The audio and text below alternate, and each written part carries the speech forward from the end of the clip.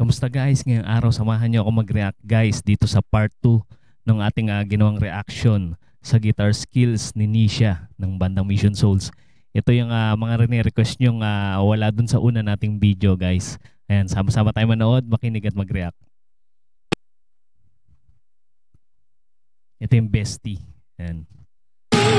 Never ever I will.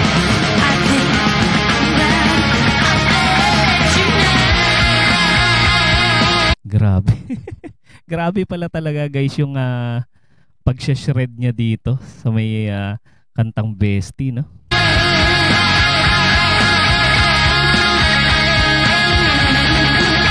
Ayun, no? Tama nga yung nag-comment guys. Grabe. Ang galing ng ano niya dito. Adlib.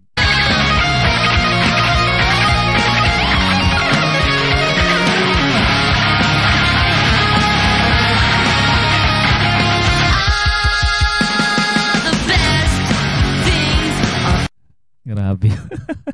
Pamatay. Ito yung sa Queen.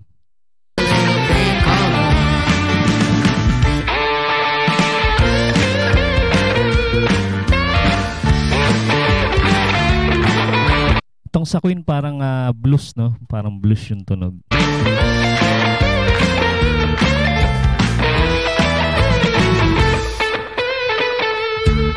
Yeah.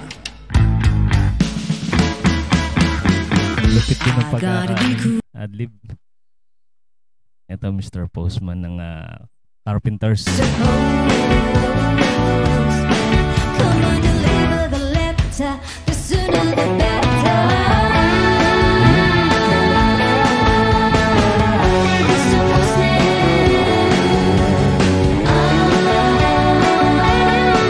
Ang galing ni Nisha sa blues, no? Grabe.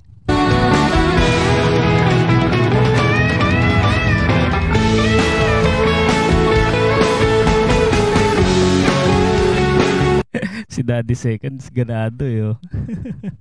Kajam niya si Nisha.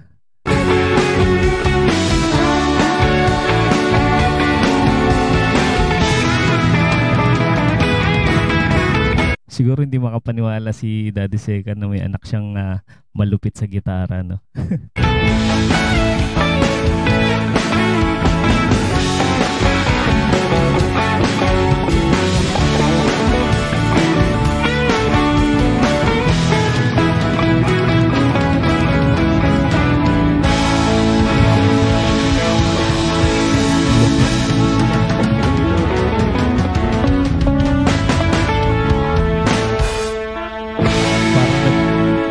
Parang nabitin pa si Nisha dun, ano? Ito yung bulong, Kichinadal.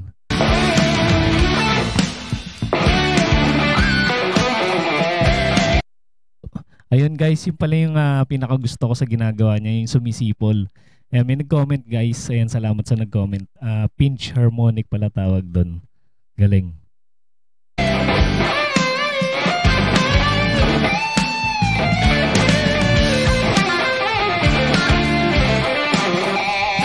Rini-search ko yung pinch harmonic. Ang hirap niya pala gawin. Hindi pala siya basta-basta ginagawa. Pwede palang mag-ano ka doon parang dead note, ano.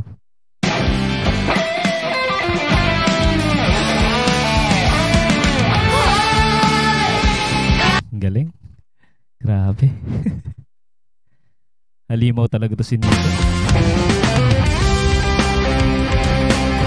Ito yung sa Eraserhead.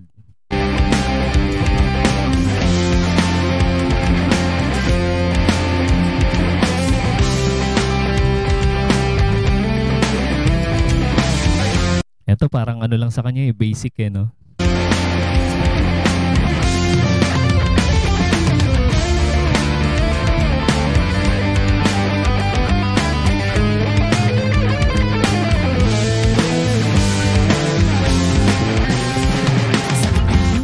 Grabe.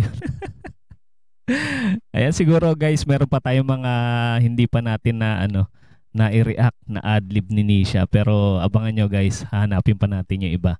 At sa mga nag-comment sa una nating video, sa mga nag-subscribe guys, salamat po. At sa inyong suporta sa panonood nyo lagi sa ating video. At sa mga hindi pa rin nakasubscribe, sa bago pa lang sa ating channel, mag-subscribe na kayo para ma-notify kayo sa mga susunod nating reaction video. Maraming salamat sa inyong panonood.